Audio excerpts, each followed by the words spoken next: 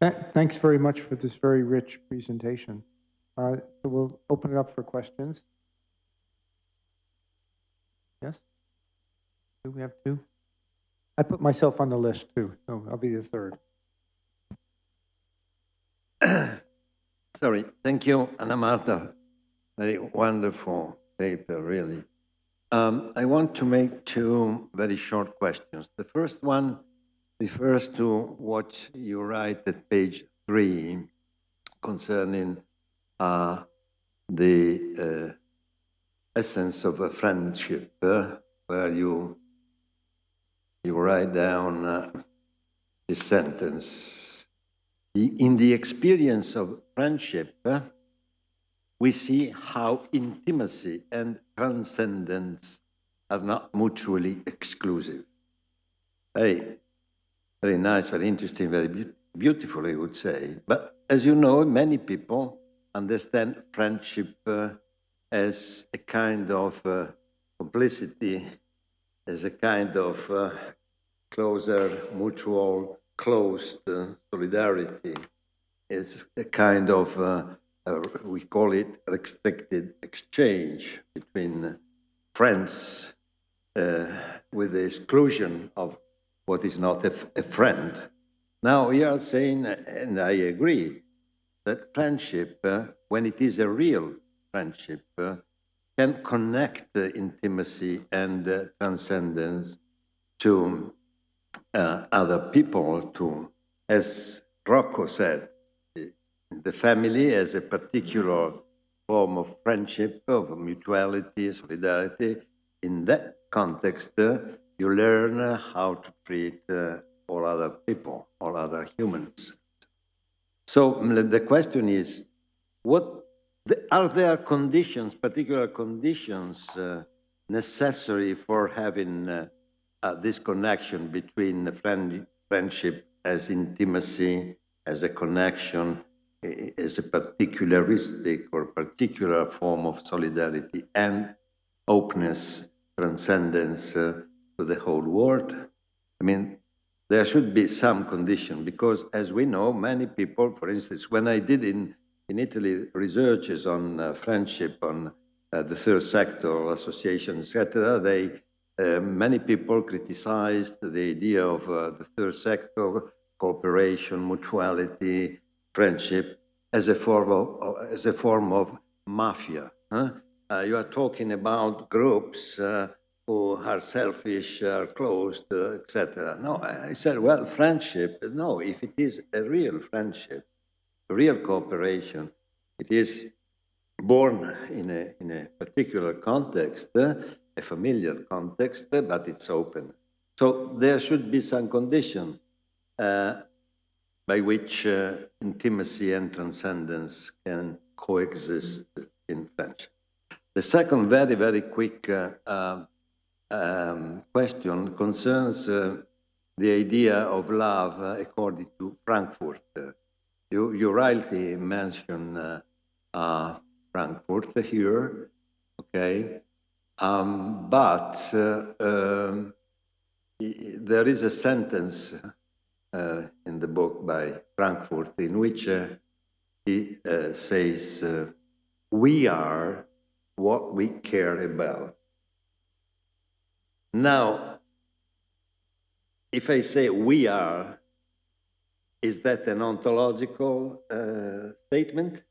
I am, my existence, my essence is what I care about? No, it's not exactly. And you rightly mentioned St. Thomas Aquinas, at page 20, when Thomas Aquinas says, when we love a thing, by desiring it, we apprehend it as belonging to our well-being. But the thing is not myself. It's not what I care about. I care about the thing, but the thing is not myself. So I wanted to ask you if you can clarify the thought by Frankfurt as to what concerns the concept of love as caring about something.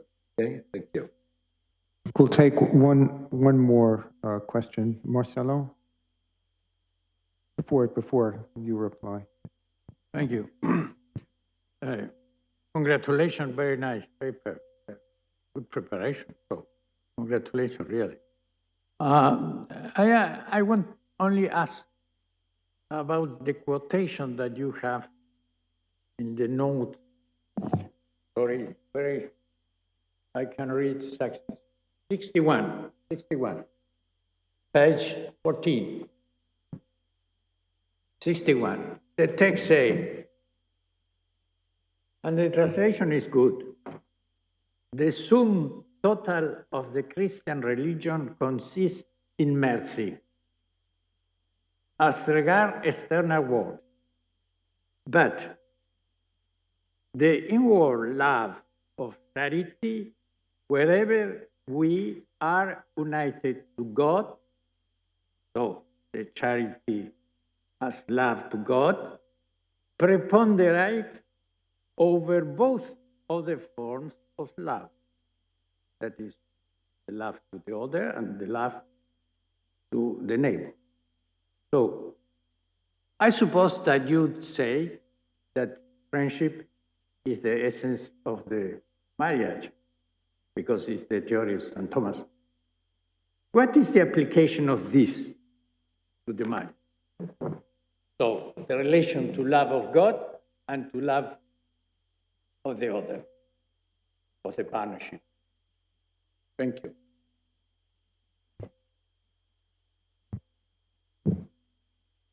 I don't know whether I will be able to answer these two long questions, but I lost the first one. Okay. Pier Paolo asked about the connection between intimacy and transcendence in friendship. You ask for the conditions for this transcendence. I assume that you are thinking of social conditions and not just because from a psychological point of view, I think that this is included in what Florensky calls the antinomy of friendship and charity somehow. And the very idea that we need to, even with our friends with whom we have an inclination and, you know, there is a pre-reciprocity and very happy and everything. But even with our friends, there are always difficult things to bear. There are defects to overcome. And this is an exercise, a very ascetical exercise, which educates love. In friendship can start with an inclination, but cannot develop just as an inclination. You have to educate. Therefore, Aristotle speaks of friendship as a virtue or something accompanied with virtue. Otherwise, you cannot keep a friendship over time. So from a psychological perspective, this is clear. I would refer to C.S. Lewis, The Four Loves, because he takes up this topic and he focuses on the English club, men's club usually, the English club, where nobody can enter, no? And, you know, they are very happy with themselves and everybody else is, you know, out of this community. This is the beginning of the corruption of a society. Unless a society is open to the other, you know, it corrupts itself. This is also the reason why we should be open to migration and this kind of, because the healthy, the health of a society is shown in its ability to be open to the other. Otherwise, you show a very fragile identity, a very fragile community. So there would be a lot of situations in which we can apply this principle. Unless we are able to overcome our natural inclinations and accept difference, we can suspect that our love is not a mature love. It's a very, you know, it has a principle of corruption. We could also go theological, but I'm not going because there are more people here to do that. But in a way, it's interesting, for a Christian, it's clear that love has a lot to do with the cross of Christ. So you cannot speak of love without speaking about the cross. So the cross is in the middle of human love. So there are many levels. We can speak about this at the psychological level, at the sociological level, and of course at the spiritual level, yes.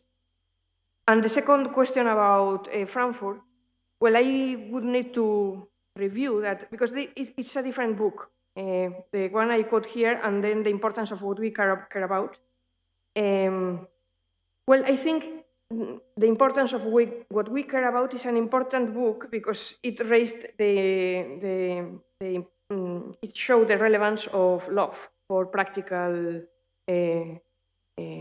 for morality, because he comes from a Kantian background and you know, he wouldn't have reflected too much about love. But of course, love is of primary importance in our practical life. So he has merit, he deserves merit because of that. We are not the things that we care about from an ontological point of view. But of course, every time you love something, there is a likeness. So what Piper points out, that there is a likeness, this is also important, this is also relevant. And of course, when you love something, you become, this is also, by the way, the reason why it's so important to to take into account the friendships of one's children. You know, because children become like their friends, not only like their parents. Because likeness is something kind. Well, the second question is a very important one.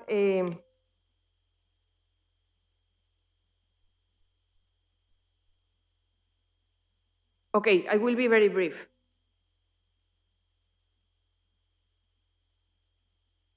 Okay.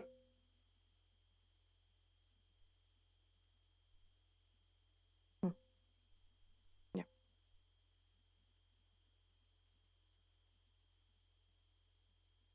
To this question, it's okay, but I'm a bit intrigued about these different words to do with love.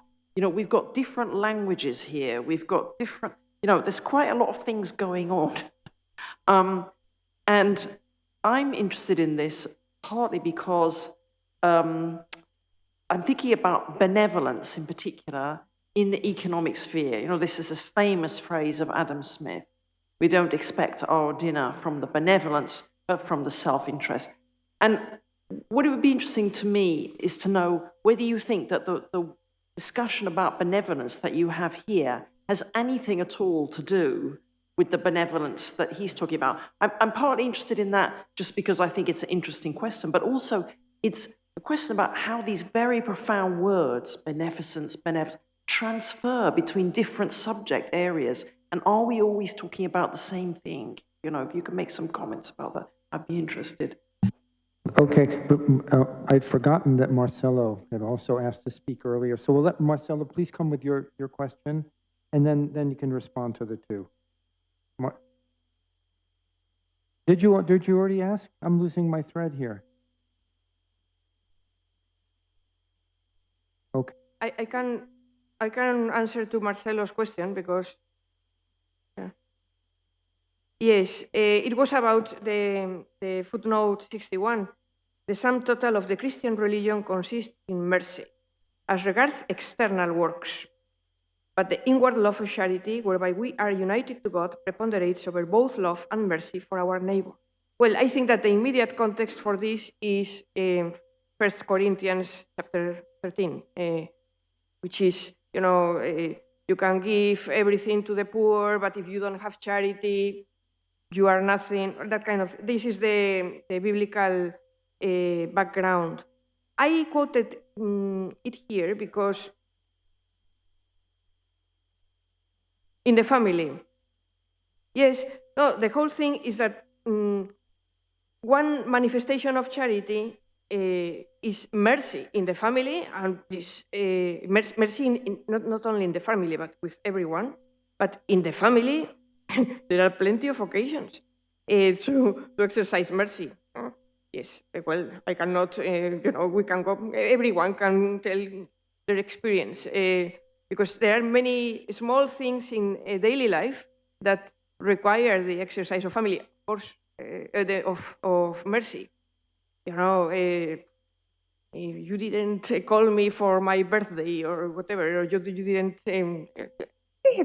from small things to big things, to big things, to big, imagine, problems of fidelity or whatever. I don't know. I don't want to enter into this territory anyway. I think our time is up for this part of the session. Thanks very much.